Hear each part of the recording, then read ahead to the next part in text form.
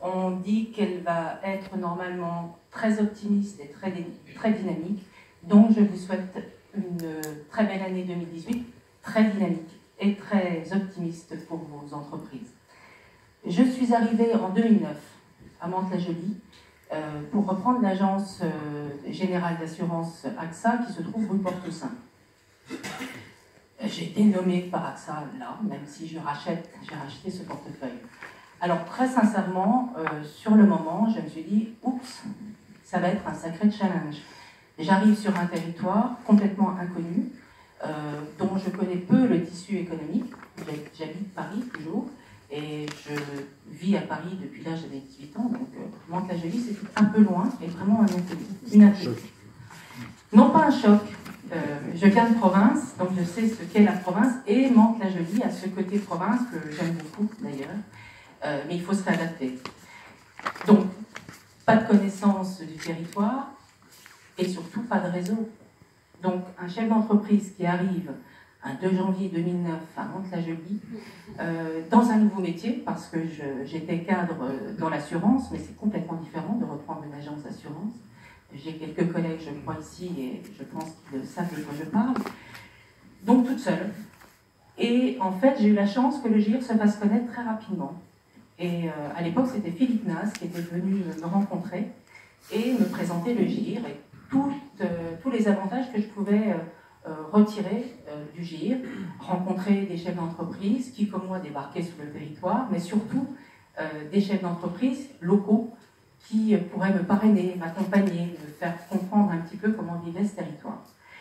Et je peux dire, 9 ans plus tard, que sans le GIR, je pense que je ne me serais pas aussi rapidement et aussi bien intégrée au territoire, voire même, peut-être que je serais repartie, et ça aurait été une grosse erreur, et puis mon développement aurait été, je pense, tout autre. Depuis 4 ans, je m'investis beaucoup plus au GIR, je fais partie de son conseil d'administration. Depuis 2 ans, je suis au bureau, et aujourd'hui, je suis devant vous, et je suis très, très fière que Stéphane ait pensé à moi pour prendre le relais, et j'ai vraiment envie de pouvoir vous redonner tout ce que tous les adhérents ici ont pu me donner pendant 9 ans. Et je vous remercie d'ailleurs d'être si nombreux aujourd'hui. C'est quelque chose de très, très, très émouvant pour moi. Alors, je suis ici aujourd'hui pour vous annoncer également le premier chantier que le GIR, et au travers de moi, va pouvoir lancer, c'est-à-dire que nous allons créer ici, à Mantes, enfin, sur le territoire de Mantes-la-Jolie, un tiers-lieu. Ça va passer par une étude, une enquête publique, dont vous allez faire partie, vous allez être interrogé. Je vais vous expliquer ce qu'est un tiers-lieu. Mais il faut que je maintienne quand même votre attention. Je vous le dirai après. Promis. Et je suis sûre que vous savez un petit peu déjà ce que c'est.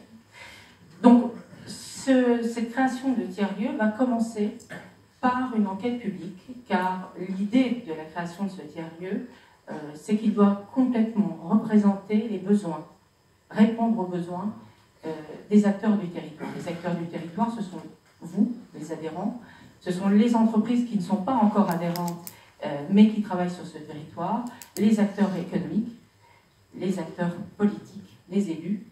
Tous, nous allons à peu près tous vous interviewer pour savoir de quoi le territoire a besoin. Donc le tiers-lieu, c'est quoi? Aujourd'hui, on travaille de façon extrêmement différente et on doit travailler de façon différente. On ne peut plus rester dans les schémas que nous connaissons aujourd'hui. Alors je vais vous donner le mot anglais pour tiers-lieu, c'est coworking. Mais l'espace que nous allons créer n'est pas un espace de coworking. C'est pour ça qu'on l'a appelé tiers-lieu. Cet espace, il va devoir anticiper, il va devoir répondre déjà aux façons de travailler d'aujourd'hui, le travail collaboratif, la création participative, l'expérimentation de travailler pour les grandes entreprises, de faire travailler leurs cadres en dehors des murs de leur entreprise, de travailler en mode laboratoire. On ne s'interdit pas non plus de penser à des Fab Labs pour pouvoir répondre justement à la spécificité du territoire qui est industriel et artisanal.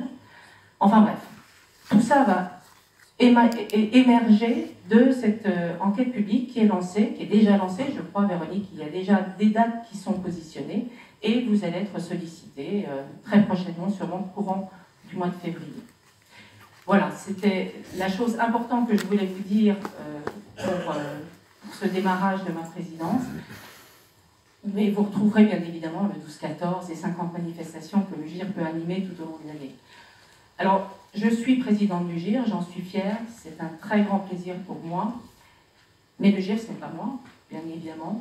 Et le GIR, c'est déjà vous, tous les adhérents, qui donnez de votre temps pour que cette association qui s'est créée il y a 70 ans continue de perdurer avec autant de dynamisme et autant d'adhérents, justement. Et puis c'est aussi des administrateurs.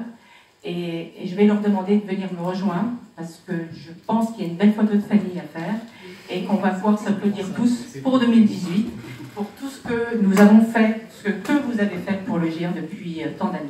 Voilà.